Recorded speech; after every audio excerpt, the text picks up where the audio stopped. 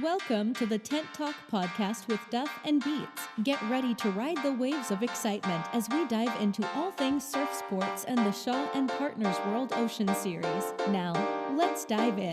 This is Tent Talk with Duff and Beats. It's Tent Talk time. It's Tent Talk time.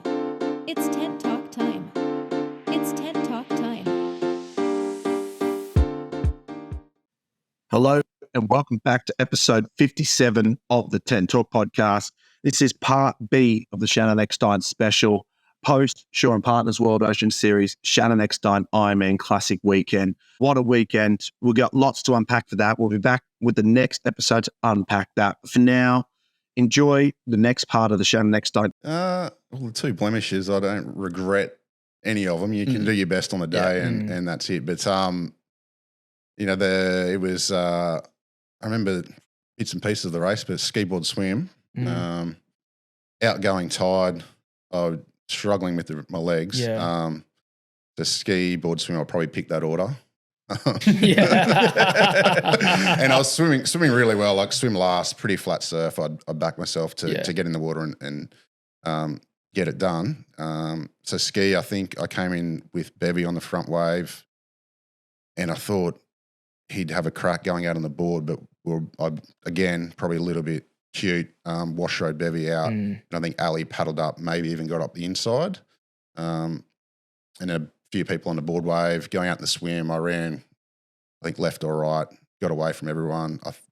From memory, put a couple of body lengths lead and thought, looked around, a little wave coming, home here. Yep. It just didn't break. Yep. And then, might be in some trouble. There's another one coming. Didn't get down it either. And then Ali come down the next one and beat me up the beach. But like that's sometimes you say that's surf. It can go both ways too. You can have a bit of luck and win a race. Sometimes you're unlucky and lose a race. You just got to be realistic about it. Could I have done more? Maybe on the board leg, charge for home. But I thought in the swim I'd get it done. This episode of Tent Talk is brought to you by the team at Personalised Property Professionals, the team of Brian and Lisa. It goes by the name of Happy, and happy you will be if you go with the team. Oh, that is a perfect segue. It's great, isn't it? And what do they specialise in, Duff? Mate, they specialise in everything. They're the full package when it comes to property and being the professionals. Rentals, investments, DIY, auction bidding. Like you get the nerves at auction. It's hard. It's testing. It's not for everybody. It's testing ground. It's not for everyone. Happy will go to war for you. He will go in there with the paddle. Yep. And he will bid for you at auction. Yep. So look, they are professionals. They've been doing this for years now. They're a little boutique buyer's agency. They only take on just a handful of clients at a time. So you know with Happy and Lisa that you're getting looked after. You're getting the first class, A-class service. For those that want to reach out and see the team at Personalised Property Professionals, jump online, www.personalisedpropertyprofessionals.com today. And let them know you're in there to build your future. And you know what? One property at a time. Tell them Duff and Beats sent you. Tell them. It might mean nothing, but it might mean something. It will mean everything to Happy and Lisa. We're happy to have them on board here at Tent Talk. Was there a moment after the race at all that you thought to yourself, maybe you had one more year in you? No, I made a pretty conscious decision that was going to be my last year for a whole number of reasons. So I was pretty comfortable with that, but that year I tore my calf pretty badly in the first round of the series. Missed 3 or 4 rounds. I missed about 3 months. I missed 3 or 4 rounds. Came back, finished second at Currumbin in one of the races, and then this was like the big target, and then obviously Aussie. So I was still hobbling around. When you start injuring yourself, it's not great. You can't get out of bed. You can't walk. You're doing rehab all the time. So I was pretty down and thinking that's about it. Shannon, for those who don't know, when did those calf dramas start? Like when did that start, really playing into your career and things you could and couldn't do? And then the question's twofold is, when did you know that maybe that you don't want to do it? You got nothing left to prove. Like when did that set in? So when did the injury start? And then when was it time where the writing was on the wall for you and you're like, I'm actually not rocking up as Shannon Eckstein anymore. I'm going to call it quits. Yeah. So the calves, funny thing, it's like got to 2005, first calling out, coming back, I wouldn't have known I had a problem. And then doing that, every time I'd run over 4K, my feet would get numb and I'd start tripping over my toes. You know, Right. a bit weird. I did the Coolangatta Gold 3 years in a row. The third one, when Reece Jury won, I was, you know, as fit as I could ever be. I'd done everything I could. I knew there was something wrong with my legs, but there was 15K of running in the Coolangatta Gold back then, and that last 10K, I'd always, you know, get 5K in and be cooked. And I know physically, you know, I still had more to give. But big engine, but the legs weren't. I couldn't feel my feet. So I did a lot of testing, decided not to do the Coolangatta Gold again. I ended up doing it right at the end, but got diagnosed with something called popliteal artery entrapment syndrome. So you can go in an MRI machine, they put your contrast through your blood. You can see it's running smoothly, but then when I point my toes, so you contract your calves, nothing's running through. So there's no blood going below my knees. So if you're running, you're sort of contracting every stride, and it just adds up that you lactate out in your leg. So got that diagnosed. There's surgery options, but decided, you know, I'm going to do the rest of my career without doing the surgery because I want to hinder that. Then got to the end and decided I'm going day after Aussies, flew to Sydney, had the surgery, had 22 weeks, Coolangatta Gold, and never really got it right. But still racing. And then retirement wise, you know, like you spent the best part of your career, you know, dealing with those complaints. Was it the injuries? Was it a lack of interest? Was it I've finished building the legacy I thought I could? How did you land on the decision to call it quits? Yeah, it's a combination of everything. But, you know, 2016, I had a really good year. Aussies at Maroochydore, best race I put together. Went to Worlds in Netherlands, sort of September-ish. Won the swim, board, ski, iron, Taplin, and board rescue with Kane. Yeah. So going really well. The series the next year had got announced that it was only 3 rounds, Friday, Saturday, Sunday at North Cronulla. The money'd pulled right back. Like we were racing for 16 grand a race win. It went to 8 and it went to like 2.5. My major sponsor rung up and said, you know, look, there's not much for you this year. It was like a massive, massive cut in sponsorship. So from that point on, I was like, all right, I need an exit strategy. Not purely based on money, but at that stage I had 2 kids. You know, you got to look after everyone. So for sure. I got another sponsorship with a company called Villa World. It's a property development company, did a bit of work experience, did a course at uni, and, you know, over the 3 years, I knew that was going to be my exit strategy. And sort of had a 2019 as that. So I was raced 17, 18, 19, knowing that was it. 17, a few pretty ordinary years actually. 17, I sliced my toe in that first round. Pooley won the series. 18, I rolled my ankle at training before the first round, and it was an ordinary year. And then 19, I tore my calf. So everything was pointing to retiring, but it purely at the start, it was driven by money and kind of like, I've just had my best year ever. And in what world do you get everything cut? Your funding cuts. Like, for sure. I'm out of love with this sport. Okay. And so 2017 was Aussies at Kira, and it rained. We had that storm. It rained. Water quality. Cancelled because of water quality. And you're like, there's a surfing comp there. The flags are up there, and we're not racing. I'm fed up. So I was a little bit old and grumpy. Yeah, for sure. How are you feeling going into 2017 out of curiosity? Because obviously you came off 2016 winning. How did you feel 2017 before it got cancelled? The Aussies? Or Aussies. Aussies, ready for it because I'd lost to Pooley in a sprint up the beach for the series that year. And a story on that, like I sliced my toe on because of 3 races, Friday, Saturday, Sunday, sliced my toe Friday. I was leading the enduro, started seeing stars, like going, what's going on? I must be unfit. And I dropped back to 4th. And at the end, I was standing with Pooley and he's looked down. It's like, he couldn't talk. I looked down. There's a big pool of blood in the sand around my foot. I sort of got some water and washed it, and like my toes hanging on. Oh, Jesus. And they carried me up, went to hospital. They're like, don't eat or drink anything because you're probably going to need surgery. And I'm like, I'm racing hell. tomorrow. Stitch it up. Yeah, bit of tape. So we stitched it up. It was throbbing so bad that night, and I got it needled the next day. So like a numbing around the foot. Won that next day. So right into, but it was, I think it was like a swim race, board race, ski race, and then an iron. And after like the second race, I was talking to Kev, and he looked down and the stitches were all out, and it was just hanging.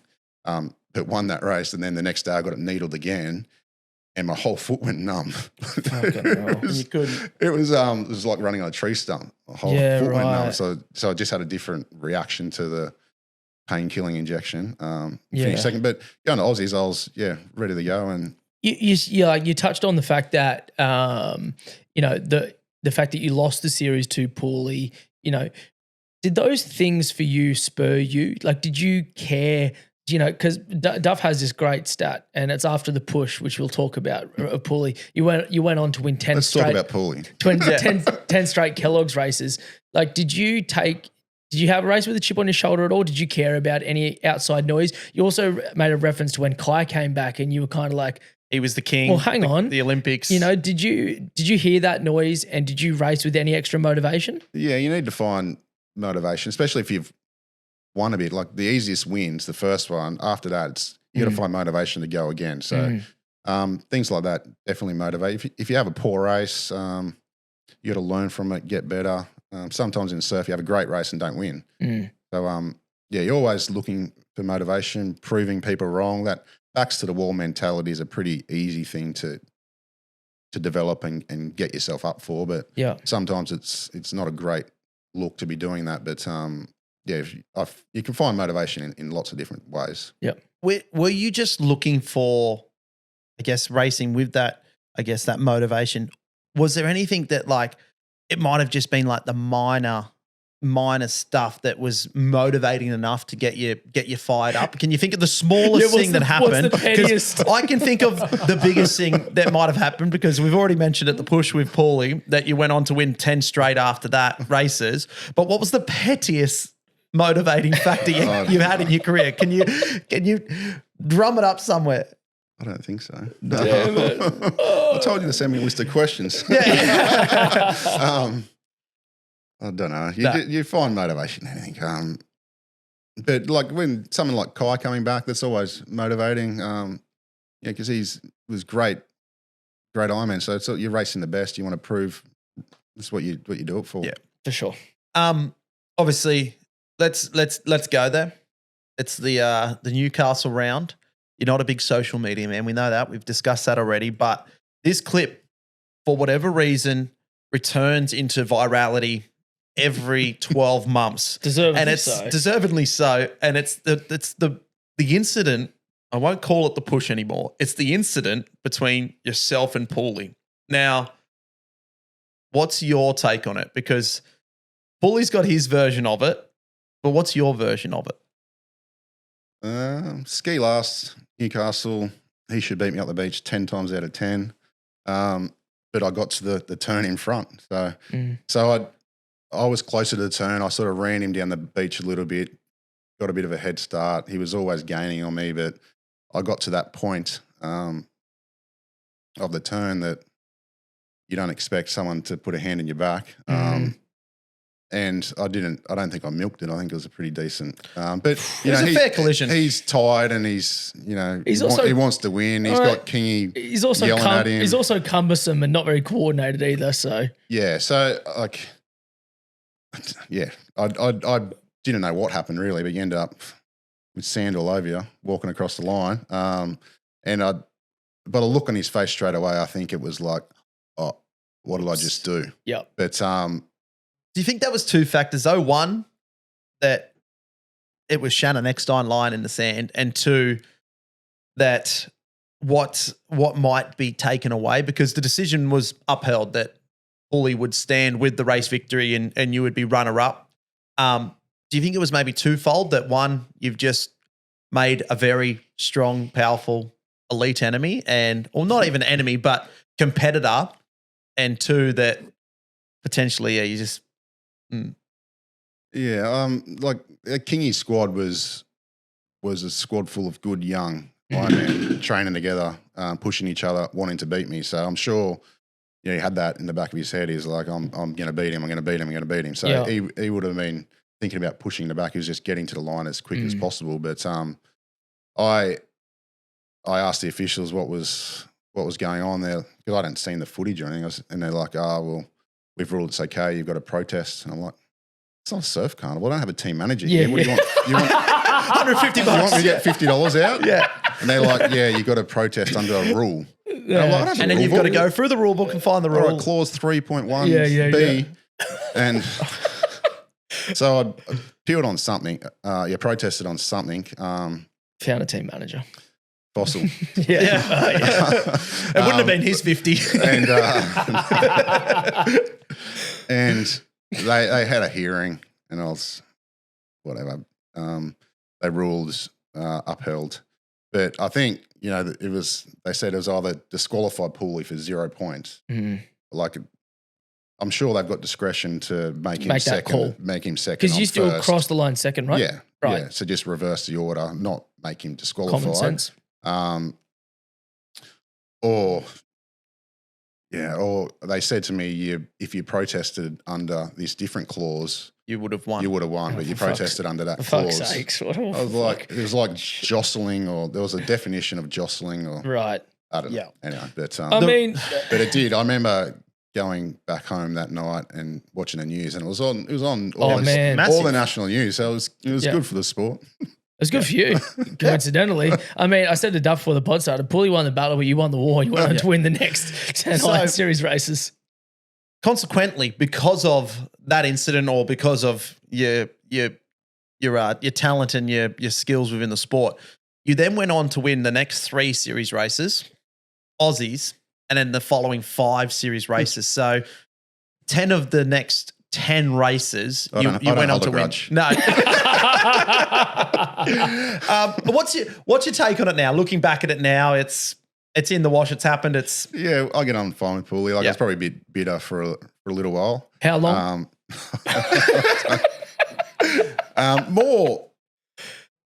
More around the system. More around the system. Yeah, not personal.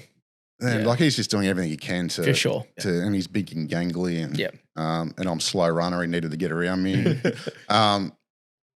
More bitter at the system, but it was a good win. The next day was actually, we raced 3 times that weekend. The girls did 2 on Saturday, we did 1, and then on Sunday we did 2 and they did 1. So I won both the Sunday. So it was a good flight home. And you went and pushed the sausage. After you won, just to let everybody know. That's it. The turning sausage, though, for those who don't know. You're not I guess you never raced with much flair, and you didn't have any flair in, I don't want to keep talking about him, but the pink hair or anything. But what I did love were some of your claims, and we're massive on claims here at 10 Talk. And you're one, because there's plenty of them. There's a plethora to choose from, but some of your claims are subtly elite. You had a few trademark claims, if you want to call them that. You were massive for, I guess, counting out your titles as they came, and then you started running out of fingers and toes and other body limbs. You were massive around the birth of your children, at being in fatherhood with the rock and the baby and the dummy. Were they little things that you decided going into the race that if I get this moment and opportunity, this is what I'm going with, or was it as you felt it? Because my personal favorite is the blowing the kiss. And I'm not sure, was that to Belinda, was it? Or was that just to the adoring fans, the crowds? Because you come off the board. I'm not sure what race it was. It might have been the warm-up. I don't know. But it was, as you came off the board, it was just a very subtle kiss out. And I just, were there conscious thoughts going in before races about claims, or was it moment or? Yeah, so when I was younger, photographer Harvey Allison, he came up to me, said, when you cross the line and you win, you got to put your head up. Like you're crossing the line with your head down and like claiming it, but you're not even looking at the camera. So that's probably how I was a bit of shy and, a bit of, not embarrassed, but like not owning it. So obviously got better at it. Bit of practice. But the baby ones and things there, obviously, if you win, you're going to do that. And I remember, Cal Booth, good Northcliffe athlete, old boy. Yeah. One training session, I think a few of them were actually heckling me about how poor my claims were. Yeah. So that they were coming up with ideas of how to get better. Yeah. I was there was one, and I'm embarrassed to admit it, but I got fourth in the eliminator at a round that you won at Coolum, and you brought Ellie across the line. And I remember coming in, I think it might have been board last, and I got to watch the entire claim. I was so far behind.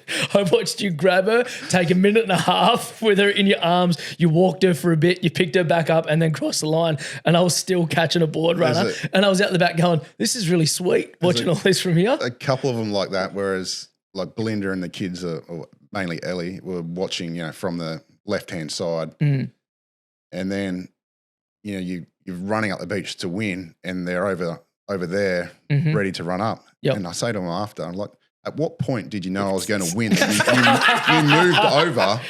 Yeah. It's like, don't mock me. Don't come over and don't mock me. Yeah. They would have started there. Oh, that's good. That's good That's gear. good. Let's talk about some of your favorite, I guess, training partners or people to race, because your competitor alumni, training partner alumni, they're within the Hall of Fame of our sport. Early days, we've spoken about Killer Kai, Zappa, Pierce Leonard. I remember some as a junior just watching you and Pierce, and I'm not sure who else was in the group. Nathan Smith. It was go to absolute war and battle on these board river sessions that I just couldn't. My mind was baffled watching the three of you work at these flat water sessions. But do you have a favorite, I guess, competitor or someone that you held in high regard, or a favorite training partner you had over the years? Yeah, like you mentioned Pierce. Like Pierce won 2 Australian Ironman Titles, Yeah. 07, 09 or something, like 6, 08, 2 over in Perth. Like he was very, very good through the juniors, and then a couple of years in Open went really well. So he was very good to train with, kind of like Kane came through just under Kane, really good trainer. And as you say, go to the river sessions and you're doing fast wash leads, just hanging on. So they were pretty good to train with. When Zane moved down from Kiwana, it was a kind of interesting dynamic because he was, big rivals. But training with Pat's a bit of a volume guy doing a lot of Ks, whereas Zane's probably more of the sprinter, not as much volume, even though he won a cooling out of gold. But yeah, big, powerful guy. Relied on that. Yeah, so training with Zane was, when he was having a good session, it was really, really on, and good surf skills as well. So at Northcliffe, those are the guys like Corey Taylor in the back end of my career, really, really good trainer, consistent trainer. Yeah, he's always there, man. And then at swimming, Miami's always had some good swimmers there, and it's obviously a great pool squad to train with there as well. Well, again, we're horrible with the chronological order of this pod, but what was training with Zane like? Like obviously both at the peak of your powers, like literally the peak of your powers. Like I'm talking the Avengers getting together type thing. What was that like, that dynamic between you and Zane? You said that you and Kane would just do sessions, not talk, and just get the work done. But then, you and Zane are out here kind of the two poster boys of the sport at the same club, got similar sponsors. Like what's that dynamic like between you guys? Yeah, it's probably difficult, because you got to race each other. So Yeah. you don't want to get the other person better by training with them and spurring them on, but you just get over it and get on with the job. It's, you take the advantage too by training with Zane, he'll get you better, and hopefully you finish first and second. But, and add Pierce to that, one of them years in Perth, we were the top 3. So training together day in, day out, it obviously helps, but mentally sometimes you just got to move on from the sessions and, if he was wash riding me too much today, and get down on yourself. Like, it's the little things, just get over it. Yeah, just move on. Put it down to a training session. It's not a race, not the end of the world. Sure. It's a great little layup for us that obviously with those training partners become competitors. Like we said, we reached out and there's a few stories about great training partners and great training sets that you had that all of a sudden in the lead up to major competitions would change. And your handler at the later part of your career and coach for a time there as well, Kev Morrison, highlighted one in particular on the Ski River, that the session would be you lead out and I'll lead in, and that's the way we'll train. And he took his first lead and he looked over to his left where you normally were, and you weren't anywhere to be seen because you'd actually shifted to the other side of the river, which you hadn't done before, at least with him. And it kind of left him a bit puzzled and bamboozled. And then as he sort of thought about it a little bit more, it was in the lead up to the World Titles. And he was on Team New Zealand at the time and you were Team Australia. Were you conscious of doing that, or was that like one of the mind games, or where does that happen? I don't remember that, but I wouldn't put it past me. Yeah. That's a yes. He's still thinking about it. He's still got living rent free in his head. But yeah, he just recalls that it was part of the routine that he'd lead one, you'd lead one, and he took his lead and he looked where you were and you weren't there, and you're on the other side of the river, and it worked out. The timing wise was about a month out from the World Titles, and you were separate camps for the World Titles. While we are on the international stage, you were phenomenal for Team Australia. I don't know the full record of it, but through the beach events, we think over your career you dropped 6 points to other countries. And that was they weren't to other countries; they were to the same Australian, the first Australian athlete. So he didn't drop 6 points to other countries. Yeah, he didn't drop points. Sorry, never dropped a point. Is what I was trying to say. Yeah, so never dropped a point, and the 6 points that you dropped were to your own countrymen. Moody won the board at Egypt. Yeah, right. That damn Dan Moody, the only wave that broke in the Mediterranean. To this day, they got a national holiday. Yeah, but. You were phenomenal on the world stage. You're the only athlete to win an iron, board, swim, ski. Is that all of the individual events on the international stage? You've swum a sub 2 minute obstacle, which is in the elite. You've also captained Cirque teams. For those that don't know, is a simulated rescue in the pool. I think you've won podiums. I think you've won a B beach sprint as well. Probably. What was it about racing for your country that, I guess, I can't say brought out the best of you because everything was the best for you, but that brought out more for your country? On that, like I, won Aussies 2003. The second time. I know. Yeah, don't keep going. He'll fucking get out of here in a minute. 2003, obviously Worlds was 2004. I didn't get picked in the team. Won in 06. Again, won series in 06, I think. Didn't get picked in the 06 Worlds team. So, I really... Was your hand up for Yeah. I got told I couldn't swim. So, who told you? Who told you that? There's Australian selectors. Do you want a name drop? No. Okay. Because we'll send an email. Yeah. We've got more pool than you think. But obviously Worlds is pool rescue and surf rescue. So they've got to balance the team out. So didn't get picked in both of those teams, but by 08, I'd gone to a few pool rescue events to put my name up and learn how to swim, and said, "Can you bring Dennis and ask him if I can swim?" Yeah. So I started getting picked in those teams, and obviously I like traveling as well. Trips away with the team. I like the team environment, and really enjoyed the Worlds, the International Surf Rescue Challenges, and not doing the Coolangatta Gold. It sort of always clashes those events. So I had the opportunity to go around the world racing for Australia, and I had some really good friends in the pool rescue team as well, who I got on well with and loved traveling with, and tacked on a few trips with the family after those events as well. So it was something I really, really enjoyed throughout my career. Because I think now, Shan, certainly not this year, but previously, I think people have, I would argue, shied away from wearing the yellow and green, and that's just something that you never did. Every time I raced you, you know what I mean? It was like you were racing for a fucking Kellogg's title or an Aussie title. Did you take pride in racing for Australia like that and captaining your country? Yeah, definitely. Captaining country is one of the most special things I've ever done. So not being selected for a few years, probably that burning desire to get in the team. And some people look at because it is a bit of a tricky event where you've got pool rescue, surf, beach. You can only take 12 people, 6 male, 6 female. In the beachy, you got to take surf rescue and balance the team out. So I think that selections kind of turned people off, but the selectors are just trying to balance the team to get the most points they can. And I put my hand up for it, did 200 obs, the obs relays, all the relays in the pool, the circ. You're doing beach sprints as well in the team. So I really, really enjoyed the team atmosphere representing Australia.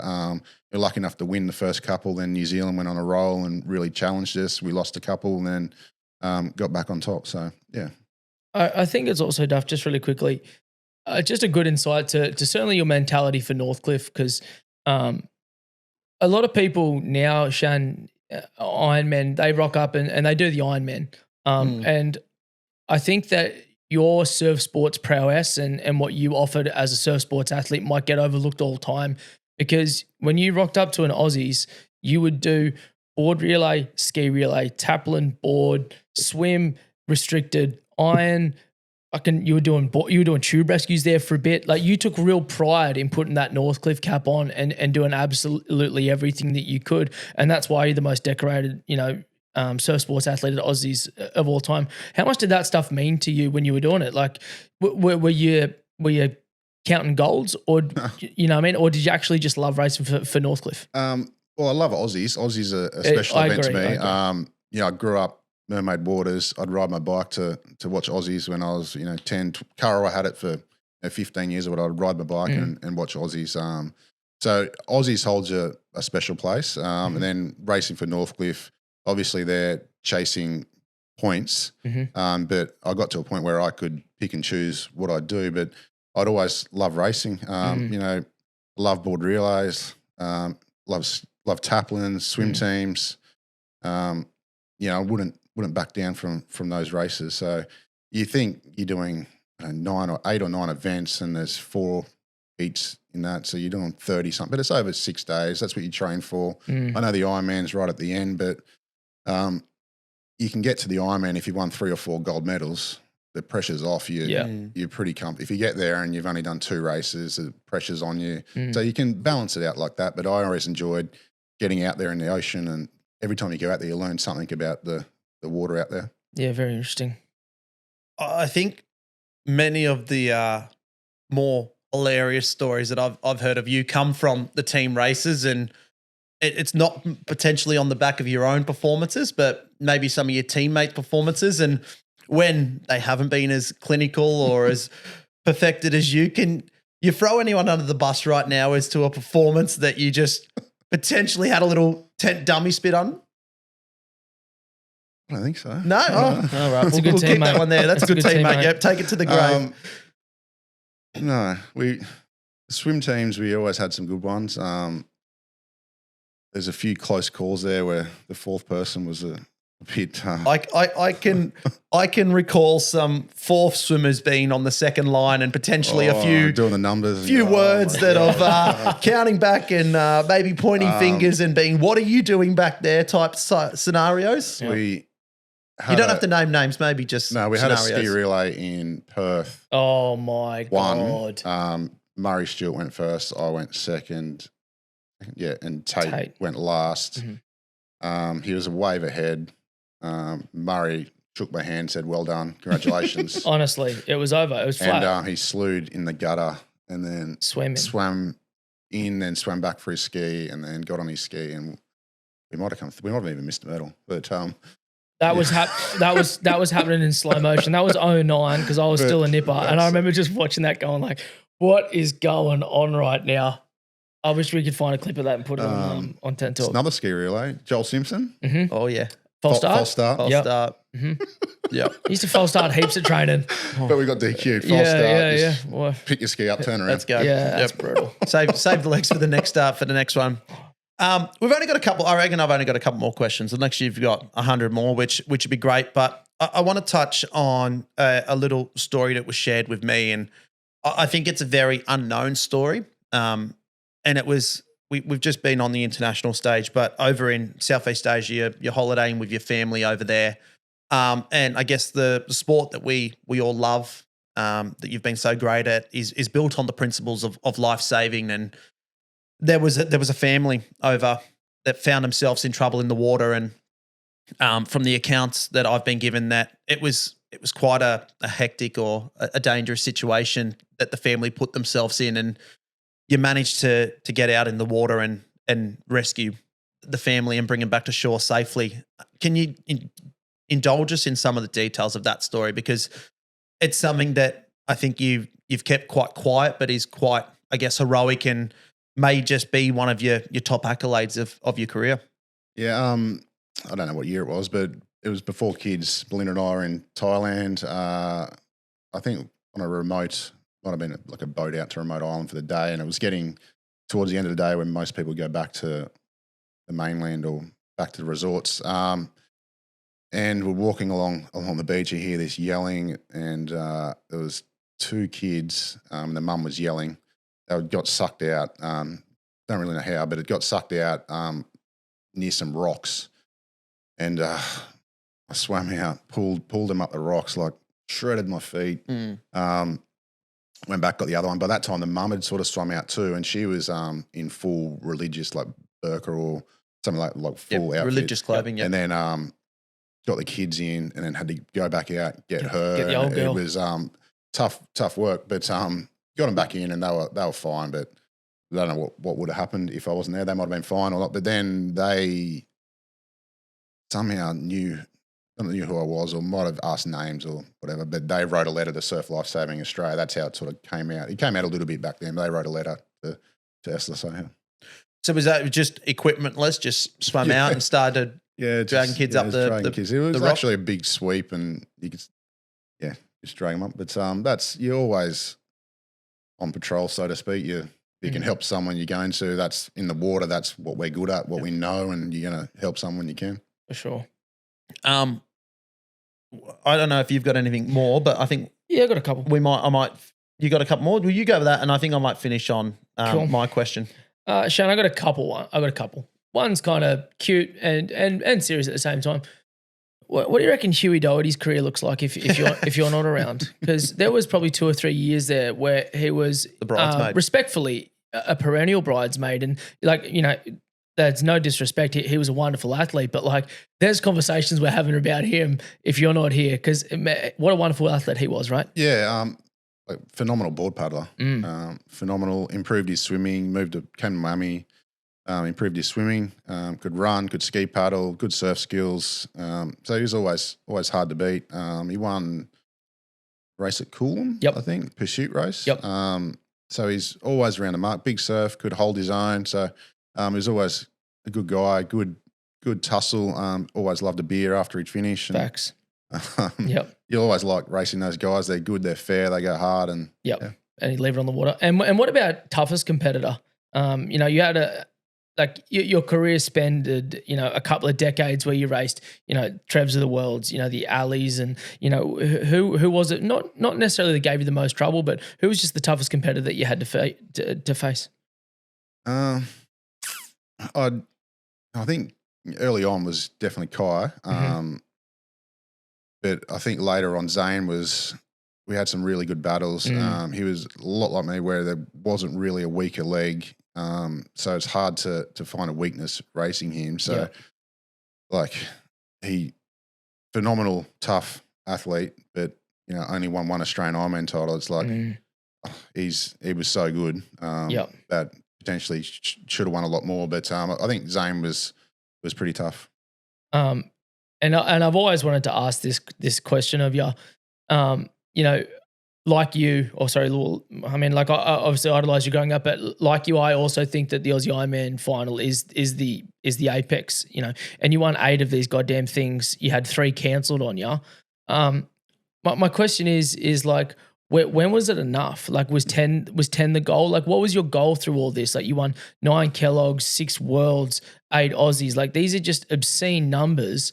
Like, was there a point where, if you won 10, were you going to finish? Or like, did you just keep racing because you loved it? Or like, where were you racing from? Yeah, there was no end point. I think was it legacy? Like, did you get to a point where you beat Trev and you went, okay, now I'm going to make this fucking unbeatable? Like, how did that work? I think you just take it day by day, like race by race, year by year, and it all adds up. I never thought about being the best ever. What I'd done.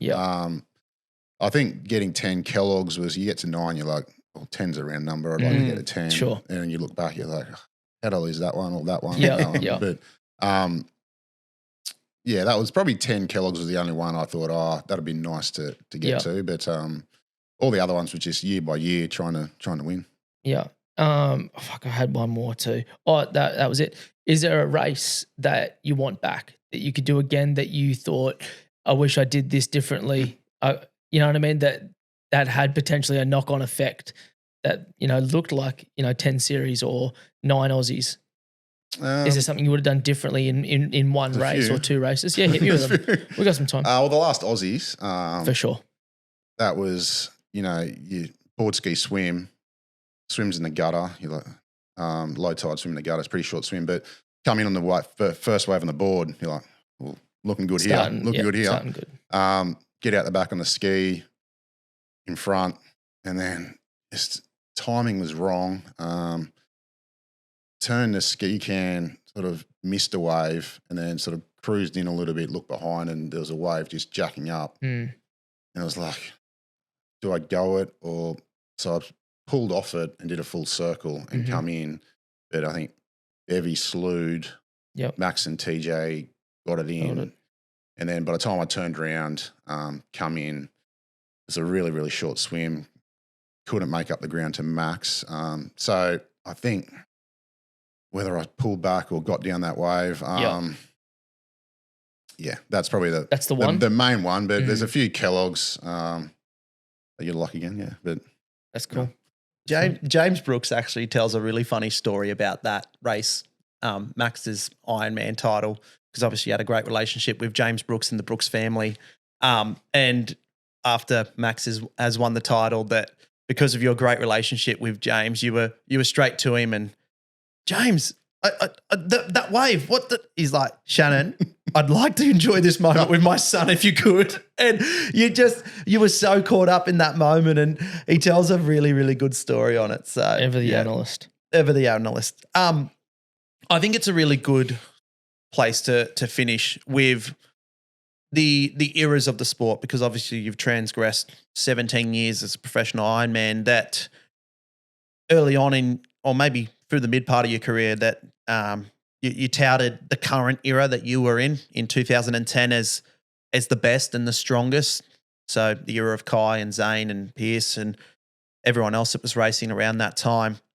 How does that now, I guess, compare with the 2025 crop, and where do you see this current generation of talent, and where do you see Ali comparing against your legacy in that sort of GOAT discussion and debate that everyone loves to go on about?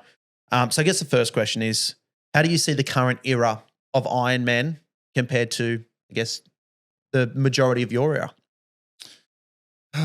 Tough question. I watched when I retired, I probably didn't watch too much the first couple of years, but the last couple of years I've watched a fair bit. There's a great young group coming through, who obviously Connor won, Ethan Callahan, Riley at Northcliffe. They're all got huge potential and going to start winning a lot of races. The older guys, Ali, Bevy, Kendrick, CT, Carberry's, he's 30? No, he's only like 26, 27. A little bit older, yeah. 28? Yeah, maybe. Yeah, okay. I think they've got a huge platform now, this World Ocean Series, the Shaw & Partners Iron Series, huge platform to perform. There's no reason why they can't be pushing the boundaries to be the best they can. In saying that, how do you compare eras? Yeah, you can't. You can't. Well, I can a little bit, because I think like I had a pretty handy year in 2016 myself. Like I got, third in the Aussies that you won, and I was in the series this year. And I mean, I don't want to get too much glazing, but like I've never seen anything like you in 2015, 16. Respectful to all the other boys that have been racing this year, but as someone who can compare generations, who has been there, like I think that you'd have no problems today in finding your way to the front. Yeah, thanks. Like it's I don't know. Like I watched, we look at Ali. Like I raced Ali till he was like I retired. He might have been 29 when I retired. So we had a fair chunk of racing together. And he'd won, one series, had plenty of cooling out of golds, but no Aussies, no worlds. Maybe 4 or 5 Kellogg's races, but then the next chunk of time, he won 10 straight, 10 straight Kellogg's races. He now has 26. So I look at that. 22. Yeah, I look at that and you're like, well, he won 4 or 5 in 10 years and then he won 10 races straight. I was like, well, has it gone backwards or there's no way to. How much better? Or has he got better? There's no way. Exactly. You can only beat who you're racing. Exactly. But to me, like the Aussies is the pinnacle. It's been held pretty much every year since the 60s. Agreed. The series, they come and go. There was 2 series. There was Different formats, different styles, formats, sure. 1 race, 3 races, 6 races, different beaches. The gold was held twice in the 80s, twice in the 90s. Then from 2005, held every year. So there's a lot of eras that never had the chance to race it. Worlds every 2 years since, probably 86 or something. And they're overseas. They're hard to get to. They're expensive. So Aussies it's the one that everyone can go to. Yep. Everyone can prove they're the best that year. There's a little bit of luck to play out, but if you can be better than luck, you just get it done. And what about that conversation, Shan? Do you give a shit about who the greatest of all time is? Like, is it fun to think about and have the discussion, or like is it just something that you don't care about? Not really. No. Yeah. Like that's how I see it. It's like Aussies, and then you benchmark off Aussies, and then you move people up and down. But it's all just fun and games. Like nobody's taking these lists. Who's the best halfback in rugby league? Yeah. Was it Nathan Cleary? He's one of the last 4. It's like, is he better than it's Cherry? No, but I agree, mate. I agree. It's hard. So and people have favourites. People have charisma or don't have charisma. Social media, this and that. Yeah.